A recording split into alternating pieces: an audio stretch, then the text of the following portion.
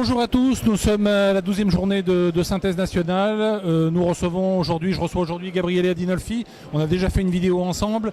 Et là aujourd'hui, Gabriele va nous parler, je vais l'interviewer sur la situation politique italienne, la situation économique et politique de l'Italie. Nous savons aujourd'hui qu'il y a un certain nombre de difficultés avec les banques italiennes. Un certain nombre d'intervenants sur YouTube ou sur les réseaux sociaux parlent d'une sortie de l'Italie de la zone euro. Est-ce que tu penses que c'est possible une sortie de la zone euro? Bon, je pense déjà qu'il n'y a pas l'envie de sortir de la zone euro, non plus du côté du gouvernement, parce qu'en fait, ce qu'ils disent, même les soi-disant eurosceptiques, c'est bien autre chose. Alors, il peut y avoir de contre-coups, ce qui est tout à fait autre chose, mais en fait, je pense que la situation est mal posée, parce que le vrai problème, le vrai arbitre de la situation italienne, ce sont les agences de courtage qui sont américaines. Oui. Donc là, alors il est absolument vrai que l'Italie a tenu une économie catastrophique, à part les critères européens qui certainement ne favorisent pas. Mais l'Italie a tenu une économie catastrophique et elle est très fautive. Ça, il faut pas le nier. C'est certain, oui. Cela étant dit, devant le changement d'orientation qui est fait par un gouvernement qui est complexe, très complexe, mais dont certainement le ministre de l'économie est quelqu'un d'intelligent. Oui. Tout dépend du résultat des agences de courtage, parce qu'ils ont trois possibilités, les agences de courtage. Des agences de notation. De notation, pardon, de notation. Et ils ont trois possibilités, ils peuvent choisir trois options. La première, c'est celle d'effondrer complètement l'Italie pour pouvoir spéculer davantage. Oui. La deuxième, c'est celle de créer, d'alimenter le feu pour créer un choc, si vous voulez, entre l'Italie et la France et l'Europe. Et la troisième, c'est au contraire de laisser faire, parce que techniquement, ce que le gouvernement prétend faire est tout à fait faisable. Oui. Voilà. Donc on crie au scandale d'un côté ou de l'autre, mais en fait, le gouvernement ne fait pas des révolutions là-dedans, il change légèrement la donne dans un sens qui est absolument le seul possible. Oui. Alors maintenant, tout est à voir. Et comme tout le reste est à voir, parce que l'Italie est un pays assez particulier, un pays presque où souvent on fait des cobayes. C'est le pays où il y a eu pour la première fois, il y a eu l'alliance, si vous voulez, entre le centre et les communistes. Oui. C'est le pays où les premiers changements d'orientation voulus par la commission trilatérale ont eu lieu. Aujourd'hui, c'est un pays où nous avons un gouvernement populiste, mais qui est comme, je fais un exemple, c'est comme si on avait en France un gouvernement Marine plus Mélenchon, avec comme Premier ministre une espèce de petit Macron. Oui, donc, c'est très complexe. C'est très complexe et donc, pour l'instant, ils s'entendent sur 2, 3, 4 choses. Il faut voir ce que ça donnera dans le futur. Mais ce qui est très, très, très, très important, c'est que la classe politique, intellectuelle, bourgeoise, féministe, idéologie du genre, progressiste, etc., elle est complètement déconnectée, ils sont complètement fous de rage. Et donc, il y a une espace énorme pour un changement culturel.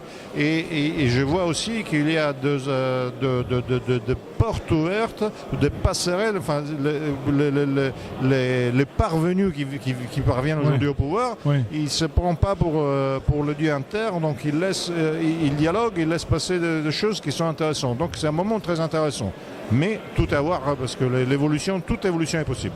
Tout à fait. Alors effectivement, avec un parti de la Ligue qui est majoritaire dans le Nord, un mouvement 5 étoiles qui est originaire dans le Sud, certains parlent même d'un éclatement possible de l'Italie. Est-ce que ça serait possible que demain il y ait deux Italies? Est-ce que c'est inimaginable pour toi ou est-ce que c'est toujours possible?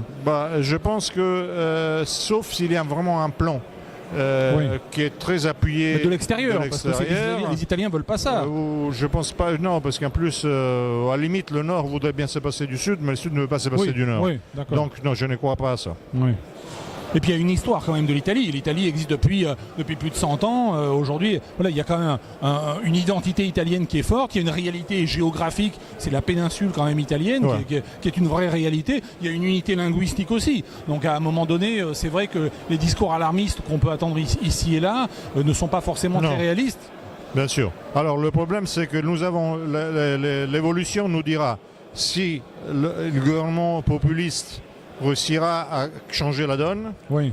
si le gouvernement populiste se cassera la gueule, et si, dans le cas où il se casse la gueule, s'il y aura un gouvernement technique à récupérer la mise, qui serait probablement géré par Draghi de la Banque centrale. Oui, Draghi. Bon, tout est à voir, tout mais est possible. Par contre, la sortie de l'euro ou la division de l'Italie en deux, ce sont des scénarios toujours possibles, mais il faut vraiment une forte stratégie importante par des centres de pouvoir qui devraient le vouloir. Pour l'instant, je ne le vois pas, mais bon, je peux me tromper. Et effectivement, si ça arrivait, on imagine que ça serait pratiquement la fin de l'euro et peut-être même la fin de l'Europe. On a vu pour la Grèce qui était dans une situation assez catastrophique.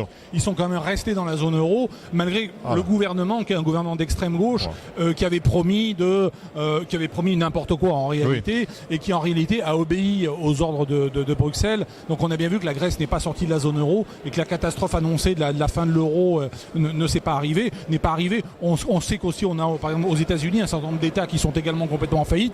Ils vont pas sortir du dollar, ils vont pas sortir de l'Union américaine. Donc ça semble assez peu réaliste. Mais l'euro peut être un risque parce que quand même l'euro est détesté beaucoup par les seigneurs du dollar et de la livre. Donc l'euro pourrait être un risque.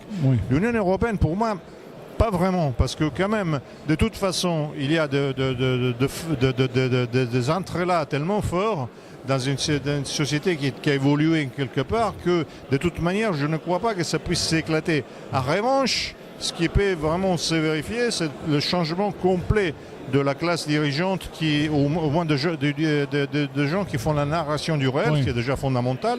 Et après, s'il y a des forces qui sont capables, on peut imaginer même des changements révolutionnaires à l'intérieur de l'Europe. Mais ça, c'est bien trop tôt pour le dire. Oui, c'est un peu trop tôt pour le dire. Et concernant la France, toi qui as un regard, même si tu connais très bien la France parce que tu es en France depuis très longtemps, est-ce que tu penses qu'on peut, dans un pays comme la France, suite à une crise économique, et on est aujourd'hui pas loin d'une catastrophe financière mondiale, parce que nous sommes passés, je rappelle, de 2008 à 2018, de 140 000 milliards de dollars mondial de dette totale à 280 000 milliards de dollars à la fin de 2018. Et il y a 10 ans, on avait des taux d'intérêt de 4 à 5% qui ont pu être baissés. Aujourd'hui, ils ne peuvent plus être baissés parce qu'ils sont de 1 à 2% entre l'Europe et les États-Unis. Donc si il y avait une crise, et tout le monde parle effectivement qu'une crise financière pourrait à nouveau frapper le monde, pas seulement l'Europe, penses-tu que dans un pays comme la France, nous puissions passer dans une phase, en France ou en Italie, dans une phase révolutionnaire? Est-ce que ça me semble imaginable? C'est toujours trop impossible à dire. Parce qu'en fait, une phase révolutionnaire, nous avons une phase de révolte, une phase insurrectionnelle, une phase révolutionnaire. Ce ne sont pas la même chose. La phase révolutionnaire n'existe jamais s'il n'y a pas une bonne partie de la classe dirigeante qui fait partie. Alors donc, évidemment, s'il y a des contre-coups importants au niveau planétaire, et si ce contre-coup demande effectivement que les puissances européennes qui sont affaiblies deviennent puissances, même militairement et stratégiquement, si on mettait ensemble les 3-4 pays plus importants d'Europe, on serait compétiteurs même des États-Unis. Bien sûr. Alors ça, ce serait possible. Mais bon, là, on est encore loin de cela. C'est possible, mais ce n'est pas impossible. Par contre, s'il y a de volonté de révolte de gens, oui, c'est possible, mais malheureusement, ça ne mène toujours à rien. Ça ne se traduira pas par une révolution. Mais une insurrection, ce n'est pas une révolution. Effectivement, c'est la grande différence. Eh bien, merci Gabriele pour toutes ces bonnes analyses et ce point de vue, encore une fois, toujours pertinent et décalé. Merci à vous et à bientôt.